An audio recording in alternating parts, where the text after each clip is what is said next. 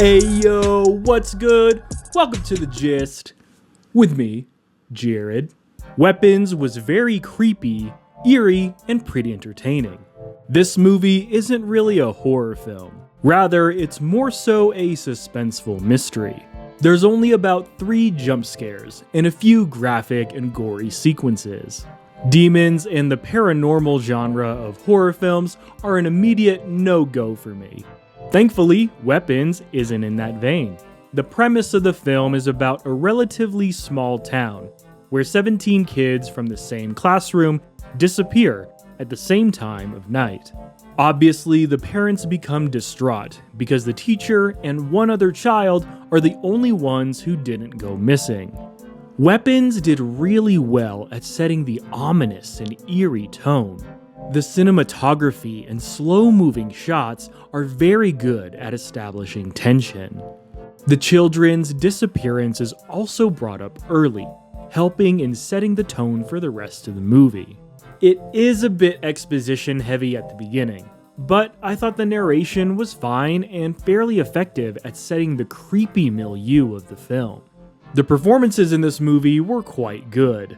Julia Garner did a solid job as a teacher who really cares about her students, but certainly has plenty of flaws herself. Josh Brolin really brought the intensity and desperation of a father trying to find his lost son. Benedict Wong and Alden Ehrenreich also delivered serviceable performances.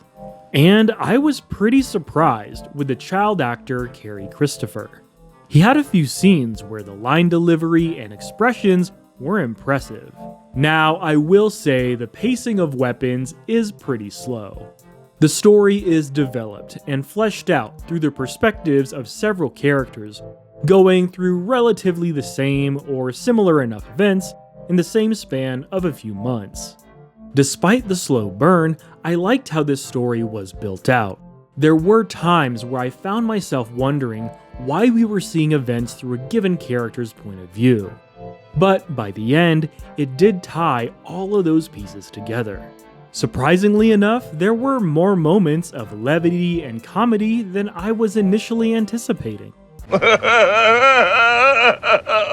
It was nice and enjoyable to have a bit of reprieve from all the tension. It gave the audience some time to breathe a little before diving back into the mystery. However, I do think there was a significant tonal shift from serious and spooky, and then in the final 20 to 30 minutes or so, it got pretty lighthearted and kinda silly. And that's where things will get contentious and divisive, so let's bring up some spoilers. We have a lot of emotional parents here. I think it's best if you keep some distance from this place. I really wanted to know more about the witch. She was definitely a sinister and evil force. The actress did an effective job with this character. But I think the movie could have benefited from a point of view sequence with her character. You could stick it right before Justine and Archer get into the house. Give me something clearer and definitive with her. While there were some hints with what her intentions were, I would have appreciated more clarity on where she's from, how old she is, how does her mind control witchcraft work, what exactly is she doing with the kids? Is she planning to eat them or harnessing their life force to make her younger? I don't really know, because she had the 17 kids for over a month and her appearance didn't really change.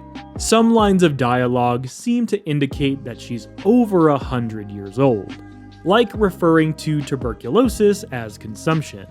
Definitely had to Google that. But then other lines make it seem otherwise, like how she's the older sister of Alex's mom, who they haven't seen for 15 years, but also somehow was there when Alex was born? Hold up, wait a minute, something ain't right.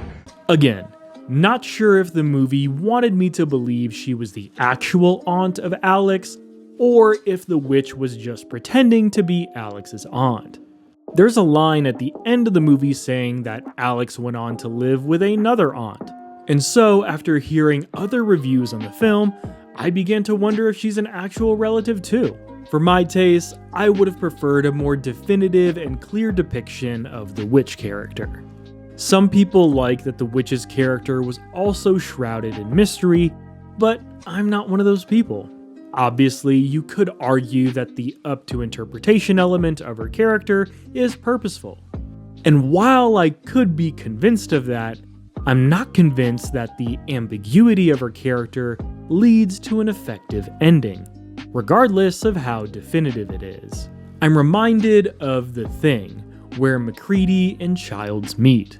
One of them could be infected, they both could be infected, or neither of them could be infected. And the audience doesn't know either. The origins of the thing itself aren't necessary to the story, nor will providing its origins enhance the movie. I believe the ambiguity of this ending is effective because it matches the dire and bleak tone of the rest of the film. Leaving the closing scene vague was a great lasting impression. Whereas the ending of Weapons is conclusive in that the witch is defeated. But it's also so abrupt that I find it borderline unfulfilling to what was otherwise an intriguing and immersive story. Again, I think the movie could have been enhanced if we knew more about the witch. I thought the children chase scene was pretty silly with her screaming all about. Though it was funny, it's not an aspect of the film I'm positive on. I'm fine with her defeat, and especially with how gruesome it was. But I think a sinister and darker outcome at the expense of her demise would have been more intriguing. Maybe Alex becomes the next witch, or warlock. A side point I thought was odd was with the police. With the video evidence from home security cameras of several families, you'd think at least one of the detectives would have been able to triangulate where all the kids ran to. It was a bit convenient that Josh Brolin was able to figure out 90% of it, and then Justine provides that final missing piece. The minimization and basically dismissal of actual detective involvement was another aspect about the film I found puzzling. Also weird that the witch appeared to Josh's character in a dream sequence when he had no prior contact with her. It made sense for Justine and James since they went to the haunted house, but with Josh, it was really just a sequence for a jump scare and a laugh. And that's the gist to some of my spoiler-free and spoiler-filled thoughts on Weapons. I was pretty entertained with this suspenseful mystery film. Thankfully, it wasn't as scary as I was preparing myself for. And despite a handful of gripes I had with some of the story elements, I'd still give this film a solid recommendation if you're at all interested.